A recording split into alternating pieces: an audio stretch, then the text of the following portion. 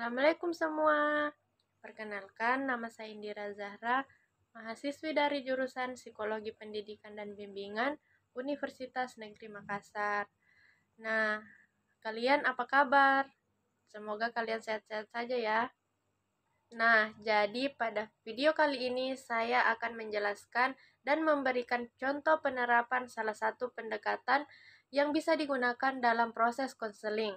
Dalam pelaksanaan proses konseling, terdapat beberapa pendekatan yang bisa digunakan. Salah satunya yaitu pendekatan postmodern yang lebih fokus menekankan pada penyelesaian masalah dibanding akar dari penyebab masalah tersebut.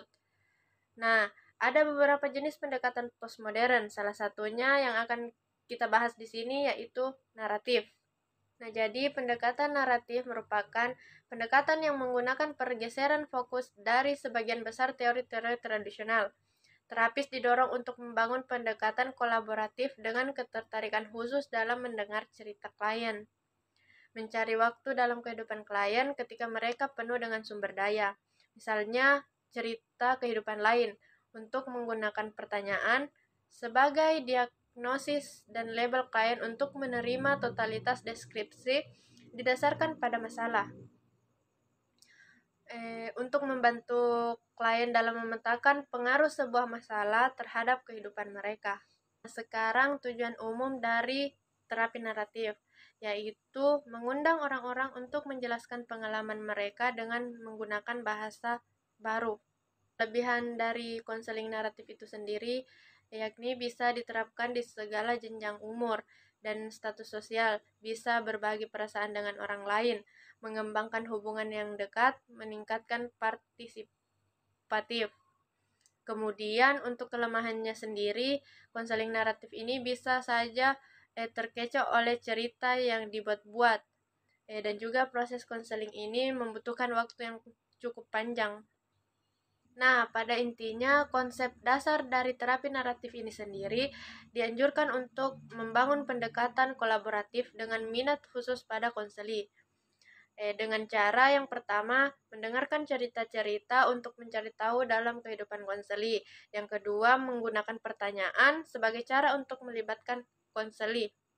Untuk lebih mengerti dan lebih jelas lagi terkait teknik, tahap, dan tujuan dalam beberapa hal lainnya dalam konseling naratif ini, saya akan menampilkan contoh proses konselingnya.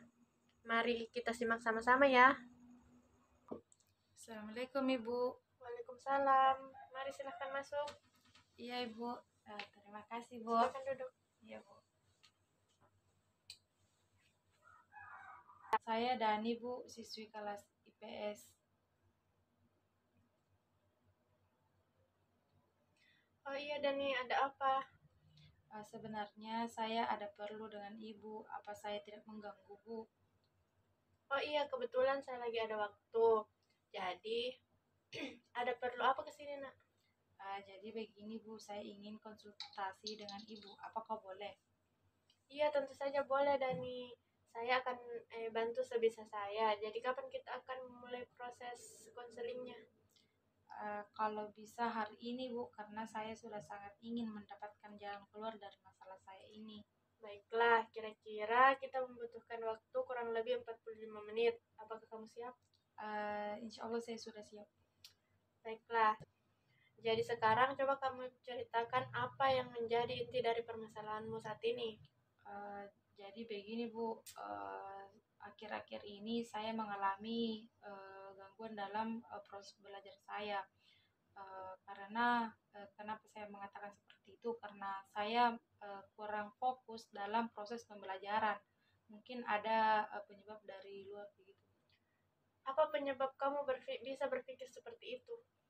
Penyebabnya Bu, mungkin seperti pekerjaan di rumah, karena saya tidak bisa fokus terhadap pembelajaran saya karena pekerjaan rumah itu terlalu banyak, dan setiap pekerjaan rumah saya yang melakukannya Bu, bukan ditambah lagi PR dari sekolah yang membuat saya merasa tertekan karena saya tidak mengerjakan PR, dan pekerjaan rumah juga belum selesai, jadi itu yang menyebabkan saya kurang fokus dalam pembelajaran. Jadi itu yang membuat kamu selama ini tidak nyaman. Ya. Ya, sekarang Ibu paham apa yang kamu rasakan. Sekarang saya akan bertanya, apa yang kamu harapkan setelah konseling ini berlangsung?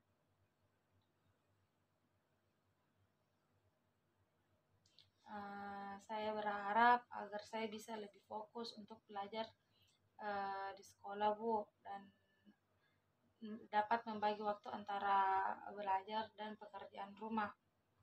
Baiklah, kamu semangat sekali sepertinya ya.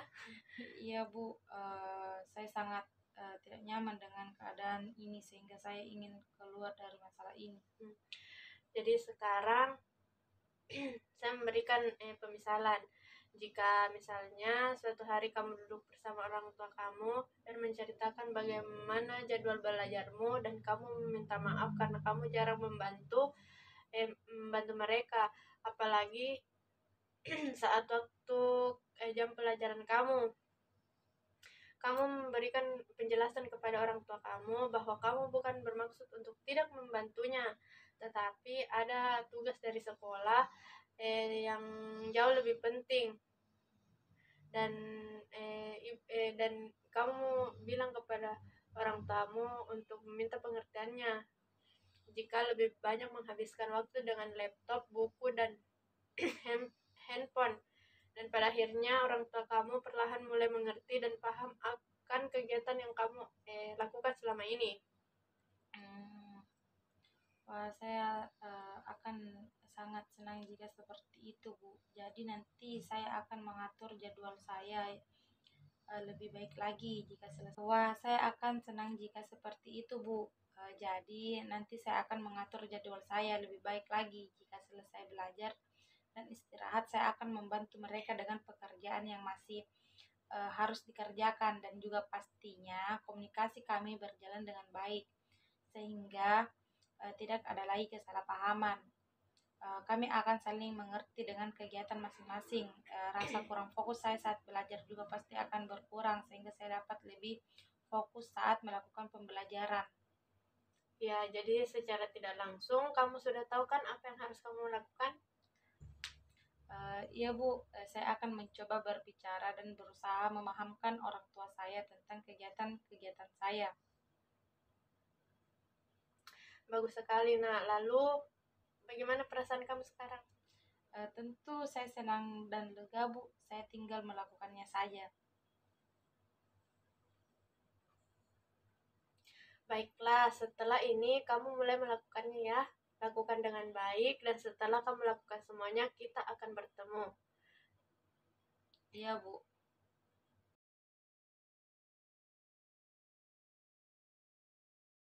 Assalamualaikum, Bu. Waalaikumsalam, silahkan masuk nak. Iya, Bu. Terima kasih, Bu. Bagaimana kabarnya hari ini nak? Alhamdulillah baik, Bu. Kalau kabar Ibu sendiri bagaimana? Alhamdulillah, kabar ibu juga sangat baik. Oh iya, Bu, saya ingin memberikan kabar tentang hasil konseling kita minggu lalu, Bu. Baiklah, silahkan kamu ceritakan bagaimana hasil dari konseling kita minggu lalu.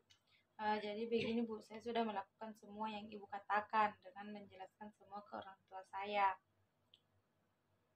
Jadi bagaimana respon orang tuamu? Awalnya memang orang tua saya kurang mendengar apa yang saya sampaikan. Kemudian beberapa hari setelah saya melaksanakan, saya sedang belajar dan kemudian orang tua saya melihat. Terus bagaimana tanggapan orang tuamu?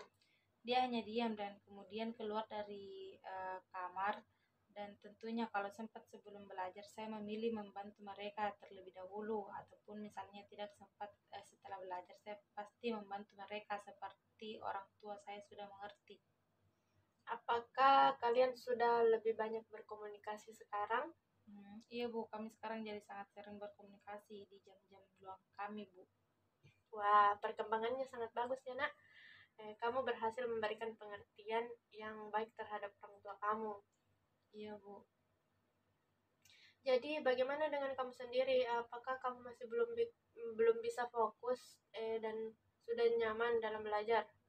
Itu semua sudah berkurang, Bu. Sekarang saya sudah jauh lebih baik. Saya sudah lebih fokus dalam pembelajaran saya, Bu. Baiklah, sekarang Ibu minta kamu mengungkapkan pokok-pokok pembahasan atau rangkuman pembahasan kitab. Jadi sebelumnya saya meminta Ibu untuk melakukan konseling dikarenakan saya sedang dalam masalah karena saya kurang fokus saat sedang belajar. Dan saya mulailah bercerita dengan Ibu. Selama bercerita kita berusaha mencari jalan keluar dari masalah ini sehingga kita dapat solusi bahwa saya harus memberikan pengertian kepada orang tua saya mengenai pembelajaran saya yang saya tidak bisa kerjakan atau uh, harus mengerjakan tugas sesuai dengan jadwalnya dan mengurangi pekerjaan rumah sedikit, Bu. Baiklah. Sekarang coba kamu ungkapkan perasaanmu setelah melewati semua ini. Saya sangat senang, Bu, dan lega dan tidak tertekan lagi dan tidak tidak menjadi beban pikiran saya lagi mengenai PR saya yang belum selesai karena harus mengerjakan mengerjakan tugas di rumah dan saya lebih banyak waktu untuk mengerjakan PR, Bu. Nah, kan sekarang kamu sudah merasa lebih baik dan kamu juga sudah merasa lebih fokus. Baiklah, karena waktu konseling kita sekarang sudah hampir habis, kita akhiri pertemuan kita sampai di sini saja ya. Iya, Bu, terima kasih banyak, Bu, atas bantuannya, Bu. Sama-sama, Nak. Kalau begitu, Bu, saya pamit dulu ke kelas, Bu. Iya. Assalamualaikum, Bu. Waalaikumsalam. Nah, itu tadi video dari proses konseling menggunakan pendekatan naratif. Terima kasih telah menyaksikan dan sampai ketemu di video selanjutnya. Saya ucapkan Assalamualaikum warahmatullahi wabarakatuh.